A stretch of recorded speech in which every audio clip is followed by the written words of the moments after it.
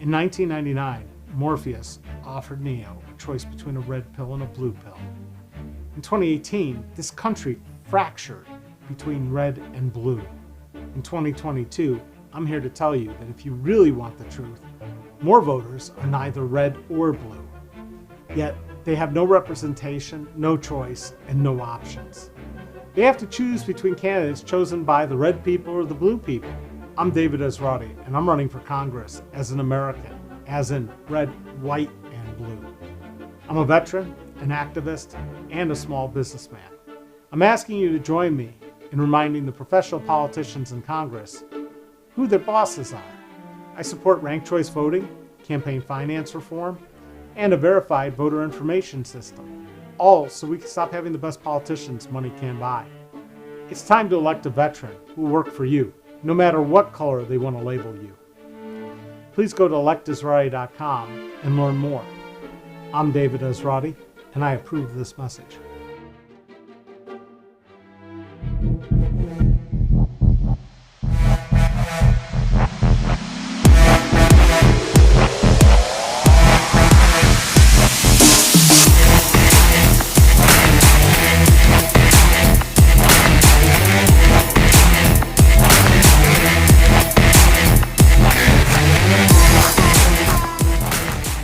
In Jurassic Park, you thought those little baby dinosaurs were cute until they turned into out-of-control carnivores. That's sort of what happens to government when we elect people based on very expensive advertising campaigns and propaganda.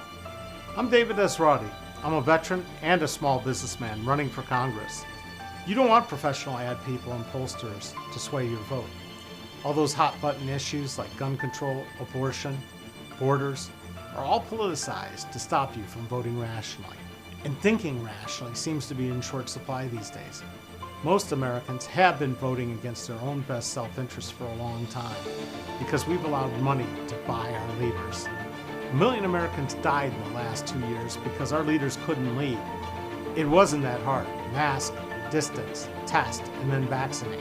In an instant, we had billions to spend on healthcare for COVID, when for years we've been told we can't provide healthcare for everyone equally in this country. That's an unintended consequence of the pandemic. If you think about it, our government can pretty much do whatever it wants, or what the people who buy our politicians tell our leaders to do. We also had a ton of money to prop up businesses. And next thing you know, it turns out that a living wage was not only possible, but necessary. As a small businessman who won't sell you out to corporate interests and lobbyists, I can tell you that it's time to fully understand the consequences of companies like Amazon, Facebook, and Google and their effect on small business, and to remind you that small business is the #1 creator of jobs in this country. So this next election, don't trust this ad or any other political ad. Do your homework and think before you vote. It's time to put this ad man in Congress because I know that the best advertising is based on the truth, not the size of the budget or payola. Or you can just vote based on who has the money to buy their way into Congress and live with the consequences. I'm David Esrati, and I approve this message.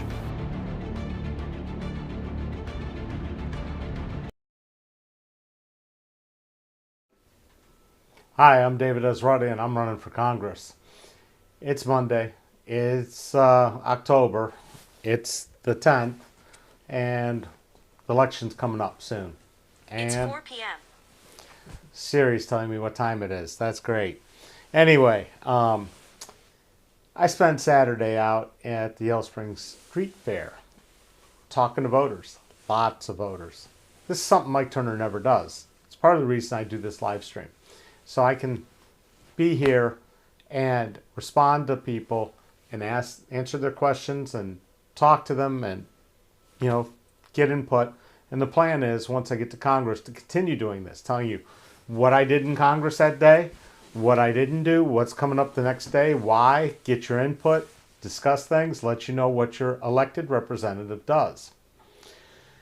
And, people are there, they're not there to talk to politicians. They're there to get, buy expensive t-shirts and macrame and eat lots of expensive food from street vendors who all disappear and pretend like it's, safe, old, hip community and whatever. And there's some music and people have a good time. So we had a large tent out there and we were meeting voters.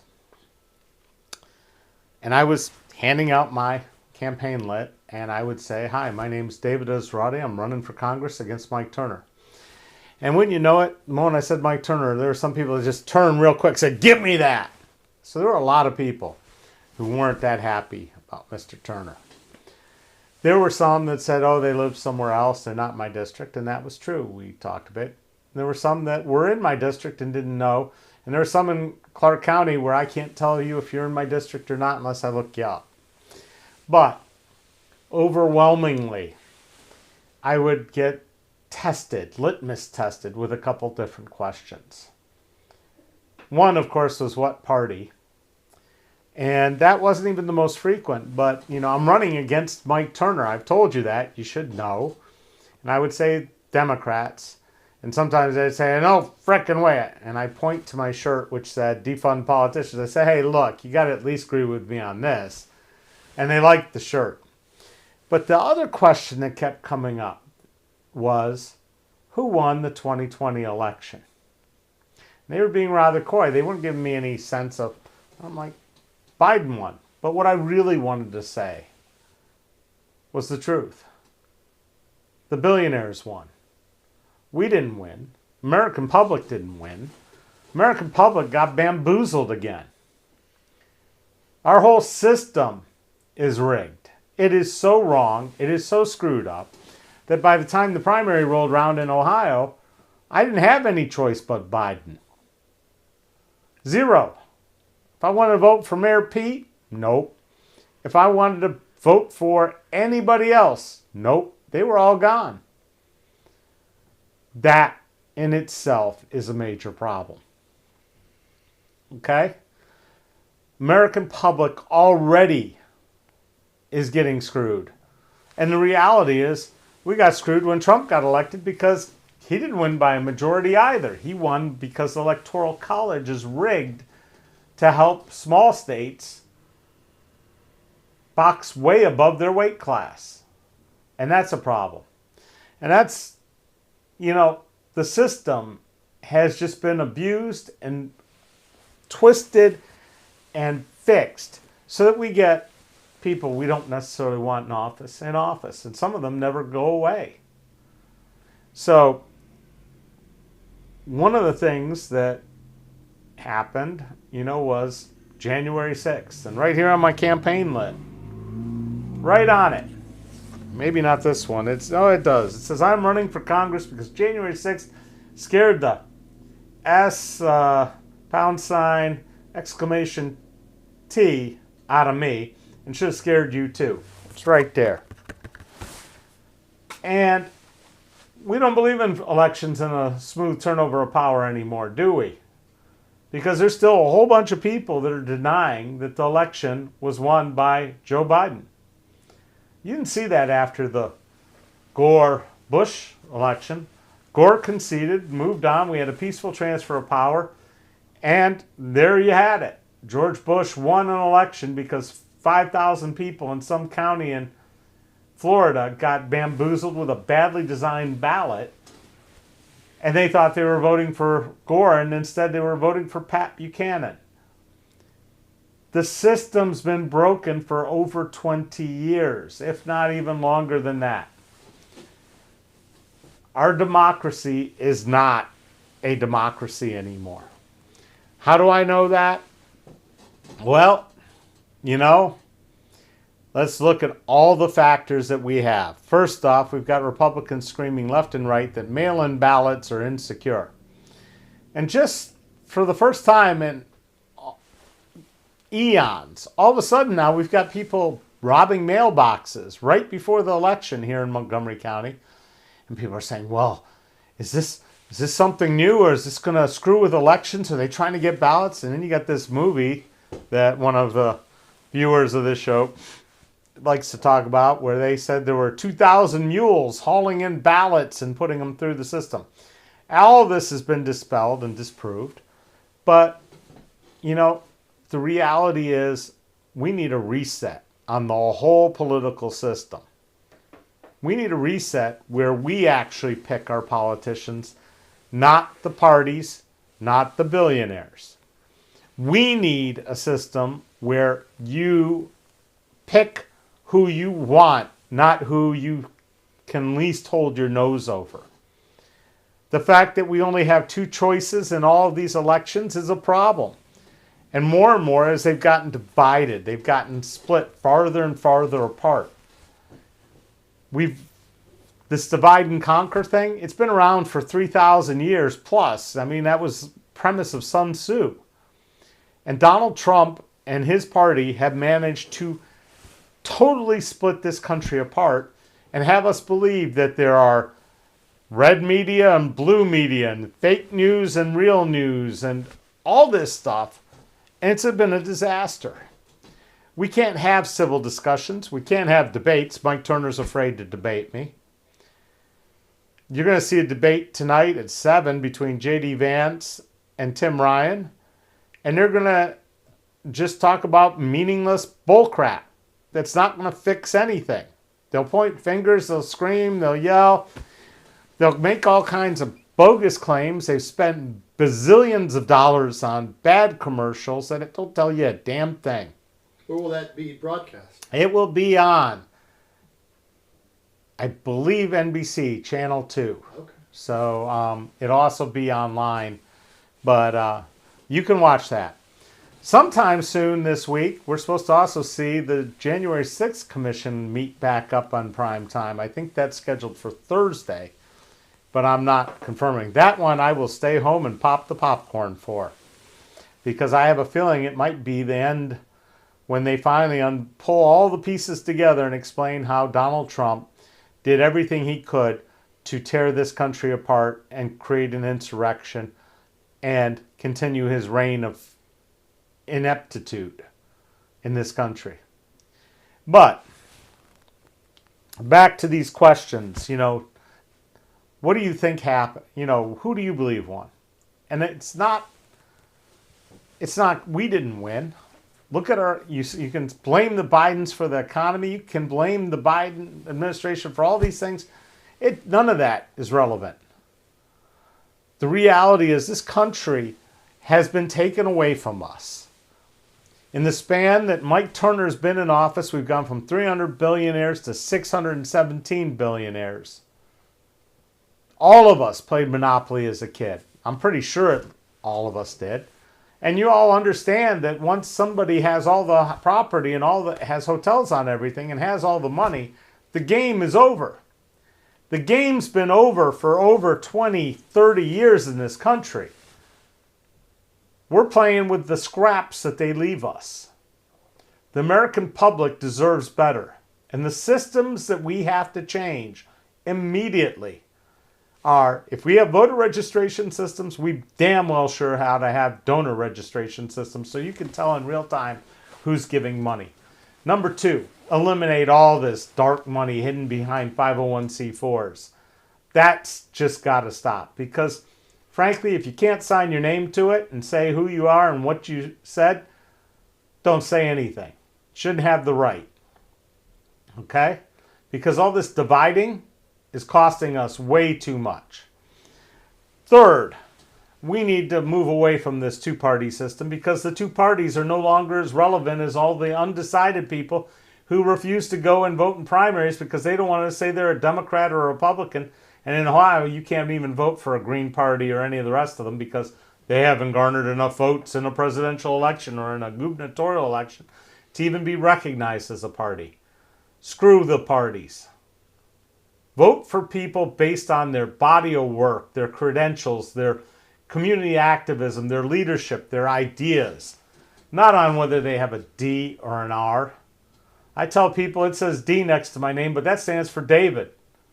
That doesn't stand for Democrat anymore. I've been disowned by the Democratic Party in this state. And frankly, I'm not so sure that's a bad thing because anybody in that party that has been backing the people in Montgomery County has elected should be questioned. I mean, we did have the culture of corruption investigation 3 years ago culminate with a prosecution of a bunch of black people, but no white people. Remember that? So, ranked choice voting. I say it again. No primaries, ranked choice. You'll order up your candidates by the order that you feel they're best. And if your first choice doesn't get the vote, enough votes, your vote rolls to your second choice on down until we get to a vote that the most people agree on as the best candidate. So we stop having these extremists get lucky in a primary that nobody votes in, because that's what's been happening.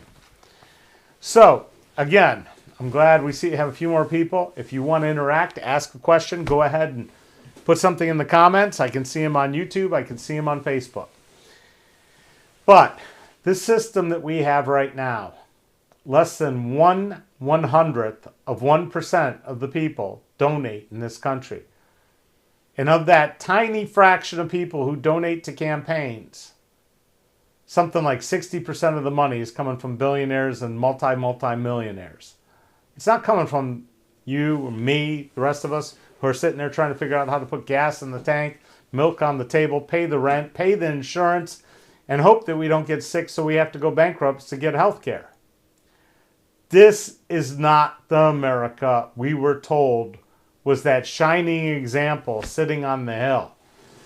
We've created an absolute shit show of a country. And if you needed evidence, just watch those tapes of January 6th. You don't go and storm the Capitol screaming to hang the vice president and get away with it in my country. Not the one that I swore an oath to defend from enemies foreign and domestic when I enlisted in the Army, and not the one that all the senators and all the congressmen agreed to. Yet 147 congressmen who were elected in that very same election with the very same process that they claim is flawed are still in office. That's a disconnect. That's a problem.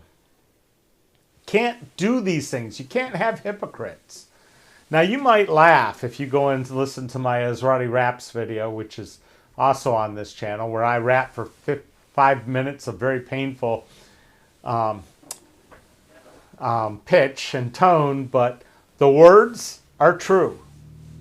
And you need to listen and you need to share, and every one of you needs to go out and find a few other voters and explain, hey, we've got a chance to get somebody that's working for us. Not the military-industrial complex, not big pharma, not the health insurance companies, not the banks, not the billionaires, not Wall Street, not the home builders, not you name it, what industry has bought, sold, and paid for half of Congress. I don't plan on staying in Congress more than 10 years. In fact, I want to pass a law that says that at age 70, you are not allowed to work anymore in public service. You're not allowed to be a Supreme Court judge. You're not allowed to be a federal judge. You're not allowed to be a congressman. You're not allowed to be the White House janitor past 70. You worked long enough. Retire. Enjoy it. Give somebody else a chance to step up, Nancy Pelosi. Come on now. How long are you going to play this game? people turn their rails against Nancy Pelosi, I'm right there with them. I think she should have been gone a long time ago. Not because she's wrong or bad, except for the illegal stock trade she's been doing all these years that have made her very rich, but she's old. Our country is run by petrified folks who've been elected and reelected because they have the money, they have the name recognition, and they have a system that's been rigged to keep them in power. I don't know how else to explain it to you. So, are there any questions, folks? Any comments? Anything you want to know? Because this doesn't have to be long. I've said my piece. One of the other things I got from people that had one guy ask me about term limits, and his girlfriend's standing right there, and he's screaming at me. He says, "You agree to term limits, and you can buy my vote." I'm like, I don't believe in term limits. I believe in fair elections that get rid of the bad candidates, which doesn't happen because of the money and everything else. But I did tell him about my 70 and over plan, and he sort of agreed with it, but she was very embarrassed. I also had people, take my literature and then think they're making a big thing by tearing it up and throwing it on the ground. Well, that makes you a litterer. That's all it does. It doesn't say anything to me. It doesn't hurt me at all. If you don't want to read it, don't read it, but don't throw it on the ground. I mean, it's not that hard. I did have a few very interesting conversations with people, some who've worked on the Bernie campaign, some who've worked on other campaigns, some who were unsure of what their district was now because they've been gerrymandered. And then there was one person who said, "We went on a date or two." And I'm like, oh my God, I don't remember. But she says, "I have a really good memory." I'm like thinking, oh my God, what did I do? But it was a good day to meet voters and talk to people. And all I can say is I hope that between now and November 8th, some people wake up and decide they're going to be done with this, selling out and having the best politicians money can buy. And they're just going to say, I'm not happy with things, and I'm just going to vote the bastards out, get a chance of getting Roe v. Wade right, getting our country back on track to where we're talking about things like protecting Americans here, instead of saying we need a stronger national defense. One of the things I got to figure out is what I'm going to talk about tomorrow or the next day. And Joseph, who's sitting here, said, maybe you should talk about Russia tomorrow. And I'd love to hear your thoughts. But it's getting really serious there. Apparently, old Vlad didn't like it when the Ukrainians blew up his bridge that he built to Crimea. And so he decided to take it out on civilians. That's the point when the Americans should say that's not okay. Even though we did it in World War II, where we took out all of Hiroshima and Nagasaki, and we firebombed Dresden, and we flattened Berlin. We're not the first war criminals to go out there and target civilians. But war is hell, to quote von Clausewitz. But at this point, it's time to tell Vlad to stop his posturing and that he's going to get his butt kicked one way or the other. And his people aren't liking it. The men are leaving in droves that are conscriptable. And his country's falling apart because he's an idiot. It's that simple. If he wants to sit there and say he's going to pull out the nuclear weapons, he's going to be the one that's going to be the one having the problems, not us. I say we give Ukrainians any weapons they want and let them hit all the Russian military targets they want. And if they need help, we'll give it to them. I'm even tempted to say that we should go in and make short order of this, because enough of these mass graves, enough of this war, because war, nobody wins. That's the problem. So we shoot down his planes, we shoot up his convoys, and it ends really quick because the Russians will say, no, we can't do it anymore. But that's a subject for tomorrow.